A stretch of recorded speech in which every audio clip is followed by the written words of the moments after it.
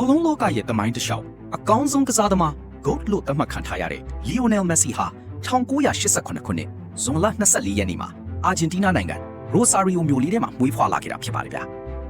အသက်17နှစ်သားအရွယ်မှာကြီးထွားမှုဆိုင်ရာဟော်မုန်းရောဂါတစ်ခုကိုရင်ဆိုင်ခဲ့ရပြီးစီးကူတာစရိတ်မတက်နိုင်တဲ့သူ့မိသားစုအတွက်ဘာစီလိုနာအသင်းကလက်ခံကကုသစရိတ်တွေအကုန်ချခံပေးခဲ့ပါတယ်အဲ့ဒီအပြောင်းလဲကပဲဘောလုံးသမိုင်းကိုတစ်ခေတ်ပြောင်းလဲသွားစေခဲ့တာပါ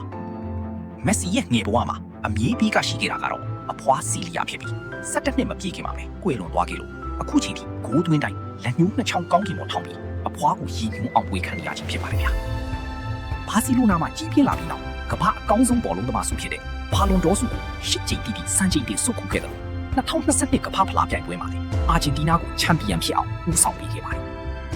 စိတ်ဝင်စားဖို့ကောင်းတဲ့လျှို့ဝှက်ချက်တစ်ခုကမက်ဆီဟာကွင်းထဲမှာဘယ်ချီနဲ့ပဲကစားပြီးကွင်းပြင်ပါစာရင်းရင်တော့ညာတန်းဖြစ်ပါတယ်ဒါကဘောလုံးသမားတွေထဲမှာအရန်ကိုရှားပါတယ်ကိုပိုင်ရှိဖြစ်ပါတယ်ဗျာဒါနဲ့မကပြီးပါဘူးမက်ဆီဟာသူ့ရဲ့ကျမ်းမာရေးနဲ့ညှိညွတ်တဲ့ရေဓာတ်ဖြည့်တင်းမှုကကွက်တီမရှိလို့ Mass Plus ဆိုတဲ့ကိုပိုင်အဖြိုးရမက brand ကိုတည်ထွင်ခဲ့ပါတယ်အခုလိုအောင်မြင်နေပြီသူဟာမြေဘဝကကြုံခဲ့ရတဲ့စီးပွားဆိုင်ရာအခက်အခဲတွေကြောင့်ကလေးတွေပရာဟိတလုပ်ငန်းတွေကိုလည်းစိုက်မမှန်လုပ်ကိုင်နေဖြစ်ပါတယ်ဗျာ